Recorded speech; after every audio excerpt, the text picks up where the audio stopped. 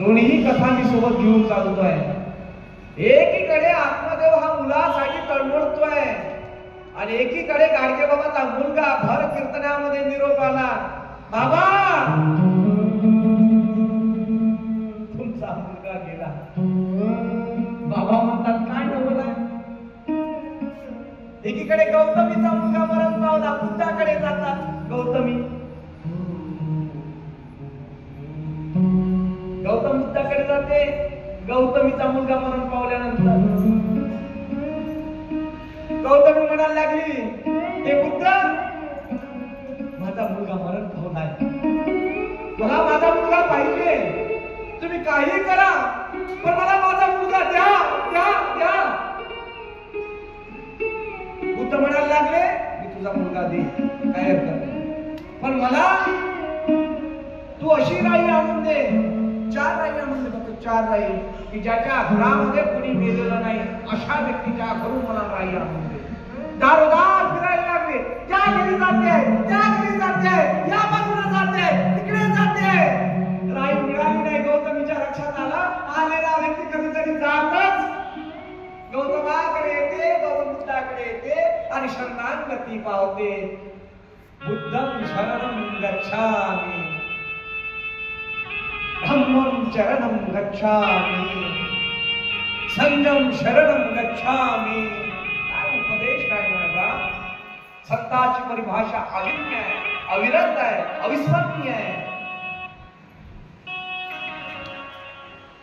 ही संत परंपरा आपल्या शास्त्रामध्ये श्रीमद भागवत महापुराणाच्या कथेमध्ये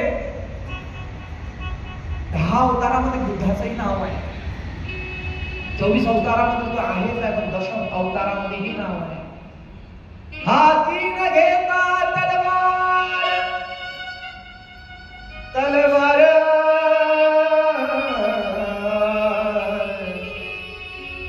हाती न घेता तलवार, बुद्धराज करी जगावर, बुद्धराज करी.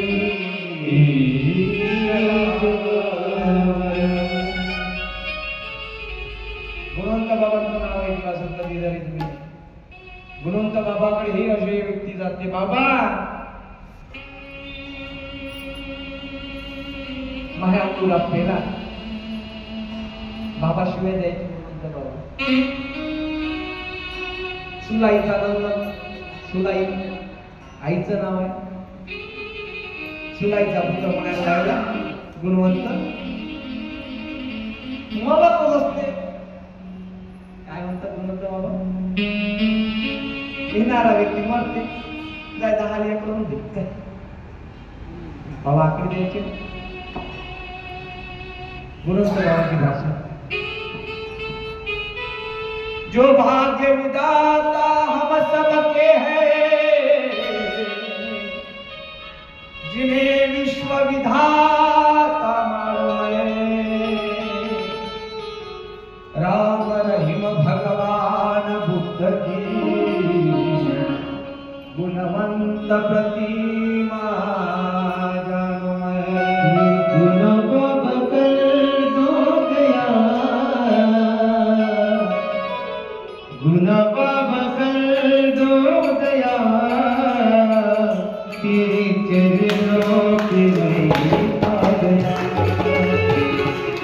तेरे चरणों पे मैं आ गया.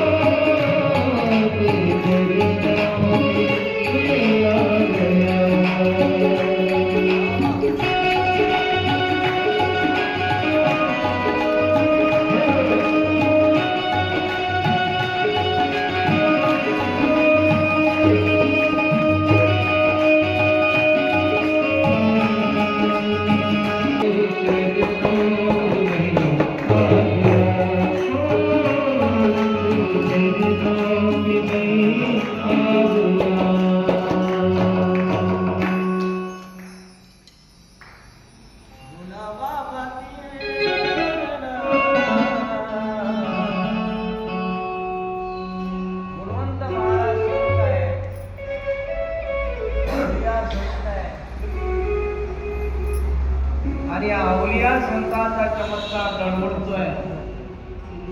मेलेले माणसं जिवंत करतो, मेलेले माणसं जिवंत करतो. राखणवाडी क्षेत्रामध्ये अहंकार झालेला आहे.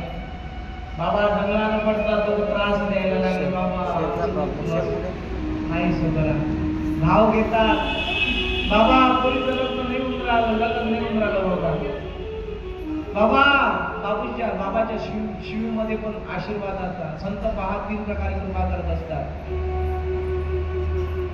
बाबा किंवा संत, ऐका शब्दाकडे लक्ष द्या. 3 प्रकारे कृपा करतात. पहिली कृपा मुखाने करतात. आडकोजी बाबाचं नाव ऐकलं असेल, लहानोजी बाबाचं नाव ऐकलं असेल, शिवी द्यायची फक्त. मायाबाईचं नाव ऐकलं असेल, मुखाने कृपा करतात.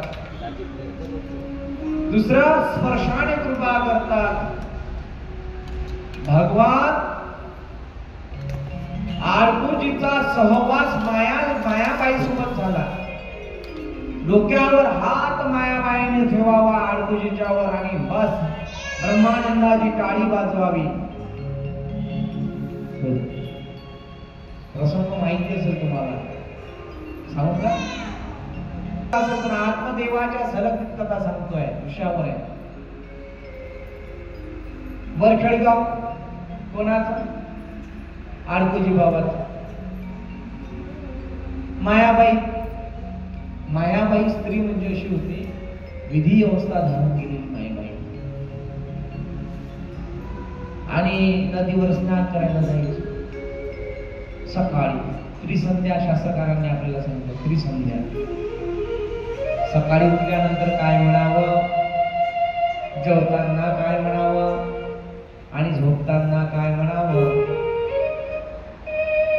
उठल्याबरोबर मोबाईलला पाहावं किती वाजले, कोणाचे मेसेज आले, व्हॉट्सअपवर काय कोण म्हणतं. हा पहिली संध्या. दुसरी संध्या, हिनं तसं केलं, पोटामध्ये अनाथ चालू आहे, तिनं तसं केलं.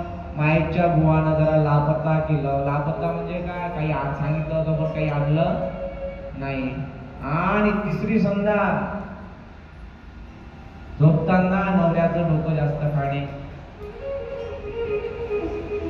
झोपू दे ग तिला, त्याला जरा सुका पोटानं दिवसभर राब करतो. काय नाही करत तो तुमच्यासाठी. हो, लग्नाच्या आधी गुबुजी गमगम होता, पण लग्नानंतर जणू हातपायाच्या काळ्या, छातीच्या पदरबड्या झाल्या होत्या.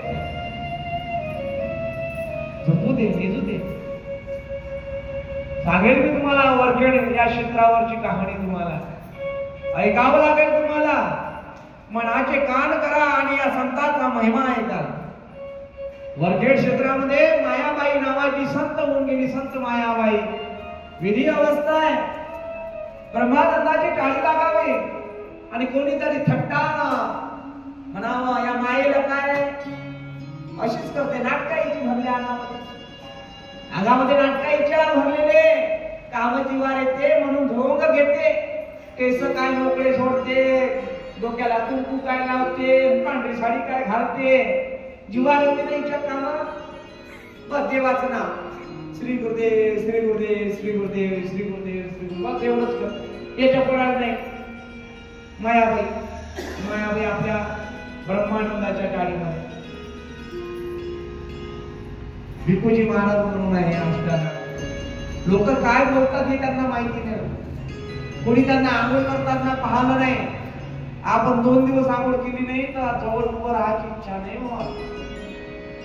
पण भिकुजी महाराजांना आंघोळ करताना कोणी पाहिलं नाही, पण अंगाचा सुगंध वास शब्द वापरला नाही. ते सुगंध दरवडतो. हा चमत्कार कसा आहे? पुण्याचा चमत्कार आहे. अंगाचा वास येत नाही.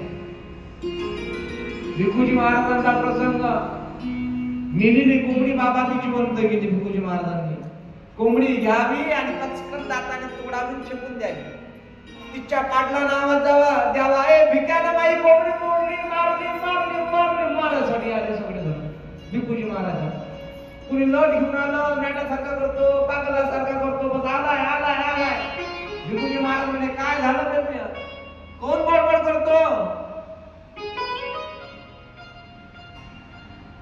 भावाला म्हणताय भिकुजी महाराज. भाऊ म्हणतो कोंबडीच मारली ना, पैसे तर तुम्ही भाऊ, पैसे आहे माझ्याकडे, आवाज करू नका. भिकाराम महाराज म्हणतात की काय झालं तिकडे, काहीच गडबड आहे. कोंबडी मारली म्हणतात, कुठं आहे कोंबडी? आणि इकडे भेटलेली कोंबडी बाबाच्या जवळ आणावी, हात फिरवावे, ते खूप खूप खूप खूप आवाज करावे, जिवंत लागे. हा चमत्कार सांगतात. वरखेडच्या मायाबाईनं काय केलं, एके दिवशी जात होते नदीवर स्नान करण्याकरिता, आणि आडकुटी नावाचा गृहस्थ सुजान आहे, सुपल आहे, धनवान आहे, जसा आपण बोलतो तशाच अवस्थेमध्ये आहे, आणि थट्टा करायला लागले. काय काम आहे ना, कायचा चमत्कार आहे? देव आहे तर दाखव.